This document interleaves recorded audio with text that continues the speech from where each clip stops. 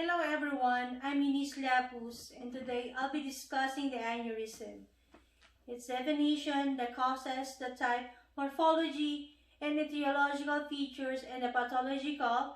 I'll be discussing also the different signs and symptoms and how to prevent it. So what is aneurysm? An aneurysm refers to a weakening of an artery wall that creates a bulge or distension of the artery. Aneurysm are classified by type, morphology, or location, and we call it the true and false aneurysm. If you remember, in anatomy, our blood vessel consists of 3 layers: the tunica intima, the tunica media, and the tunica externa.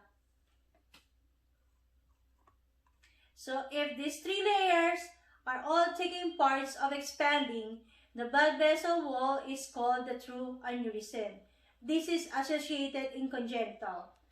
And here is an example of the true aneurysm. The false aneurysm or pseudoaneurysm is a collection of blood leaking completely out of an artery or vein, but confined next to the vessel by the surrounding tissue. Not all 3 parts of the vessel are expanding, but when a tear from the tunica intima, blood enters the media and splits the aortic wall under the pressure and dilates the aorta. In this type of aneurysm, media and adventia are expanding or ballooning. This can be caused by trauma that punctured the artery, such as knife and bullet wounds. As a result of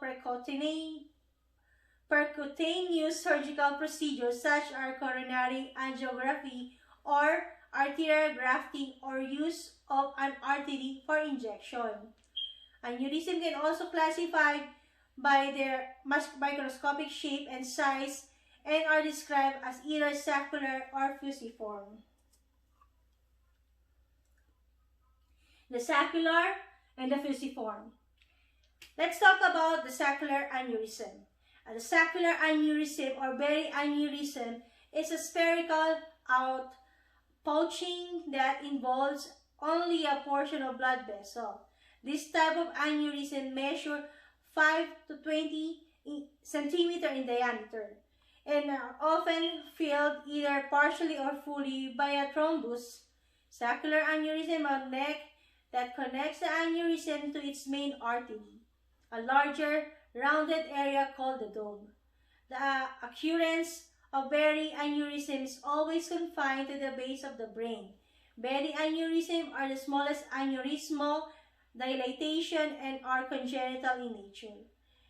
And the fusiform aneurysm is a spindle-shaped aneurysm, involves diffuse and circumferential dilation of a long segment of a vessel and can range in size, but can reach 20 centimeters in diameter.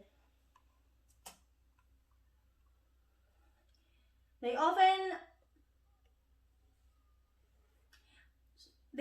involve large portion of the ascending and transverse aortic arc,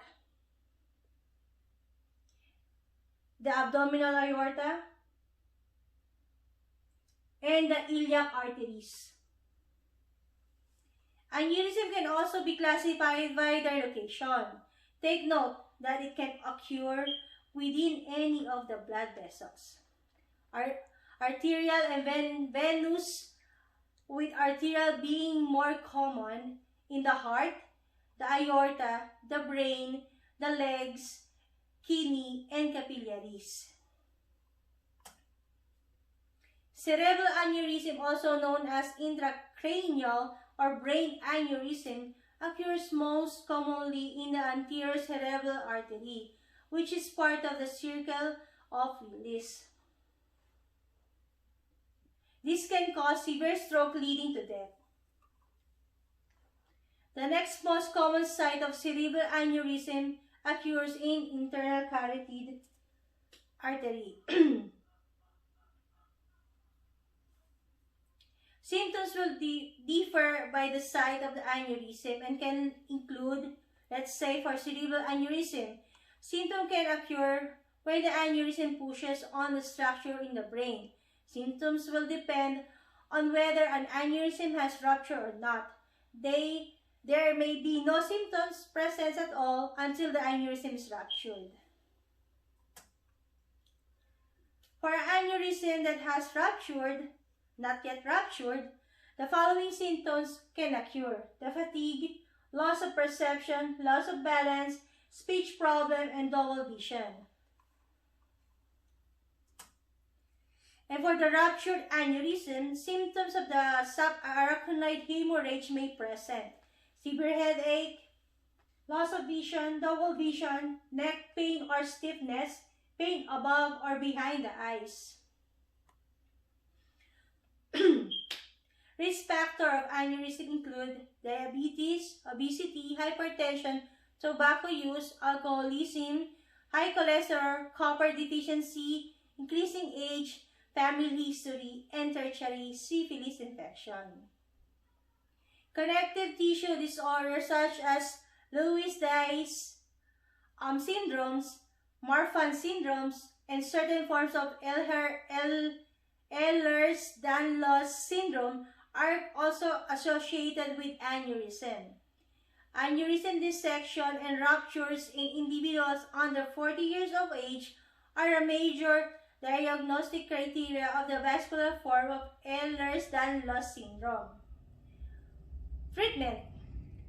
Historically, the treatment of the arterial aneurysm has been limited. So either surgical intervention or watchful waiting in combination with control of blood pressure.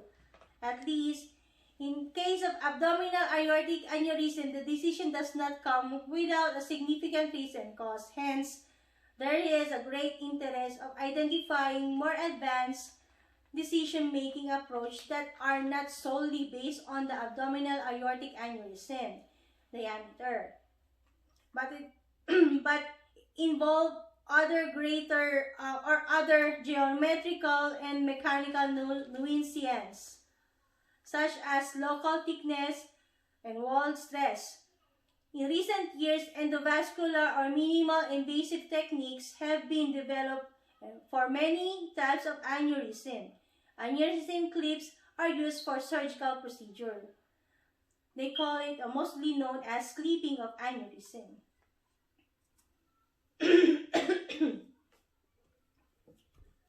Excuse me. Surgical clipping was introduced by Walter Danby.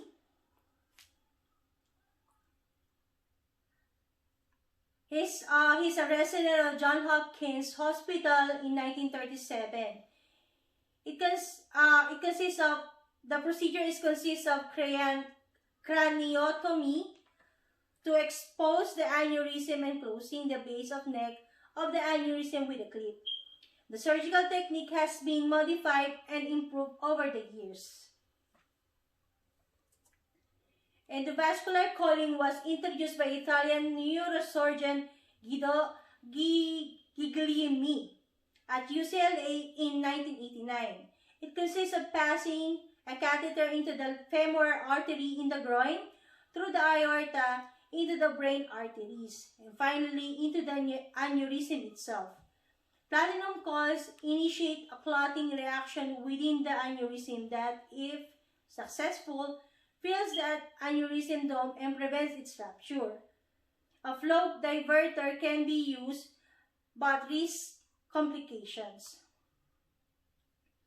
Often, doctor can stop aneurysm from bursting if they find it and treat it early using the imaging test to find aneurysm. There are cases that aneurysm is found by chance during the test done by other reason. So, can you prevent the aneurysm? Well, doctor says the number one is if you have a family history, especially a first-degree relative. It's reasonable for you to have a screening done to make sure you are not also harboring an aneurysm. Because if doctor can see it early and treat it early, much better. Doctor recommend also to stop smoking, and if you have a high blood pressure, try to control your blood pressure. And don't forget to exercise and eat right. Taking care of yourself also has been shown to be somewhat protective for just about any arterial problem in the body. Taking care of yourself is a major factor in prolonging your life. A regular visit for your doctor can help understand the behavior of our body. This is a presentation about aneurysm. I hope that you have learned something, and thank you.